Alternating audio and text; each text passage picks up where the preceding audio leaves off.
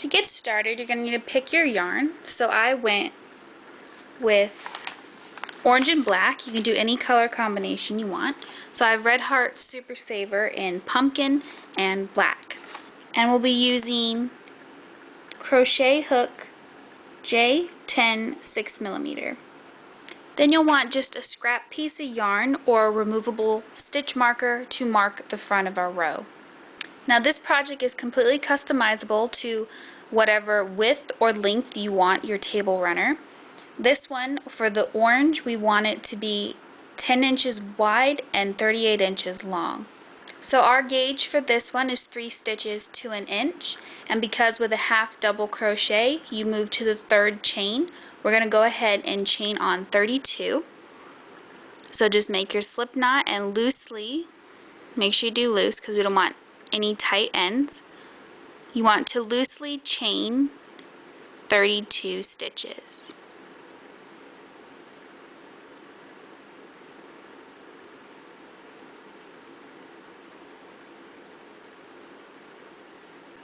So after you've chained 32, now we're going to start with our half double crochet. If you don't know how to do that, you can check out my tutorial on that stitch. So we're going to start off by yarning over, then we're going to go 3 stitches from our hook, and we're going to pick up the top bar, leaving the 2 on the bottom, draw up a loop, draw a loop through all 3, 1 stitch made. We're going to work the half double crochet all the way across our first row.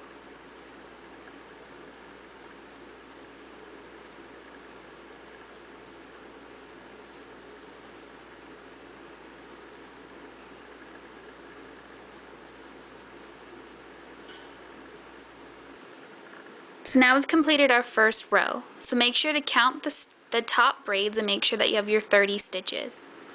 Then what you're going to do, whether you take your scrap piece of yarn or your removable stitch marker, and just somewhere on this row you're going to place your marker or thread just to show that this is the right side of our table runner. So once you have that tied on, you're just going to leave that there until we're done with this project. This will just ensure that we stay on the front side of our work throughout this project.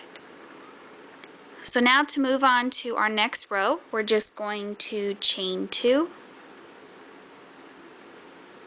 turn our work, and begin our half double crochet for our 38 inches.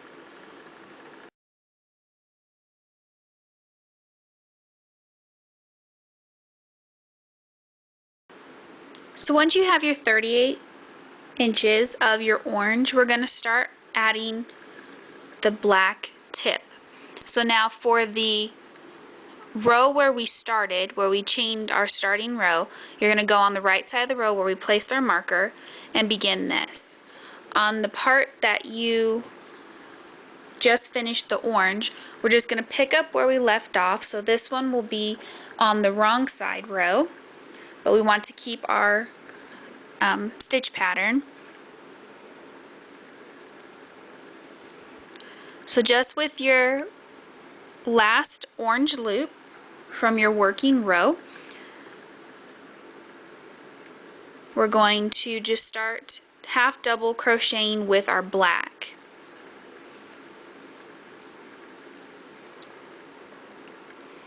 And you want to make sure that you keep your 30 stitches that you've been working this entire time.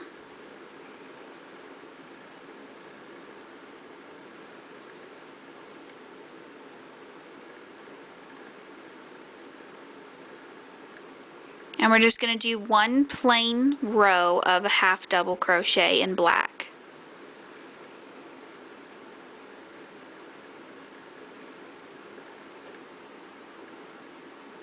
So you're just going to repeat that across this whole row. So when you've completed your half double crochet row in black, you're going to turn your work and you're going to go into the next stitch, wrap over your hook, pull up a loop, and then pull it through the loop already on your hook. And then you just continue with your half double crochet until the other end, where we're going to repeat the same thing with the slip stitch.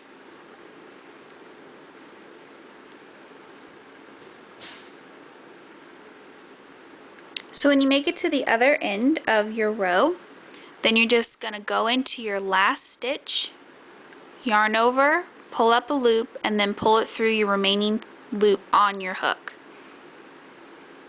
Then we're going to turn our work, and we're going to repeat the same thing again until we end up with our point on the other end and no stitches left. So once you turn your work, you're going to go into your next stitch, and you're going to draw up a loop, and then pull it through the loop on your hook, and you've just done a slip stitch. Then you're just going to continue in your half double crochet across this whole row, doing a slip stitch on the other side, and you're just going to repeat that. See how we're getting this angle to form our piece like this one. So we want to keep doing slip stitches on either side on every row until we end up with just a little point, and then you're just going to continue that until you get to this point. So once you've completed all your decreases, this is what it should look like. And once you've done them both, make sure that they line up. And now we're going to add our black border to this.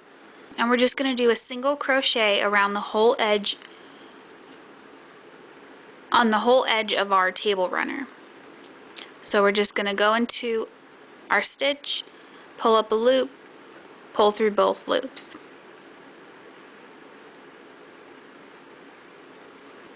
So here's some of it in the orange so you could see it better. And you want to pick like a consistent place that you're going to be picking up this stitch.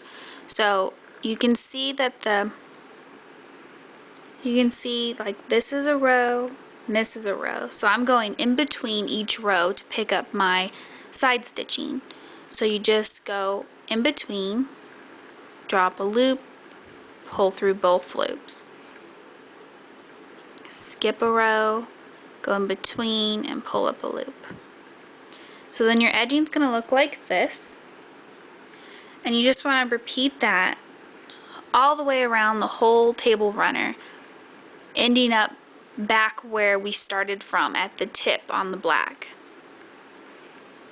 You even want to go across the black on the other side as well.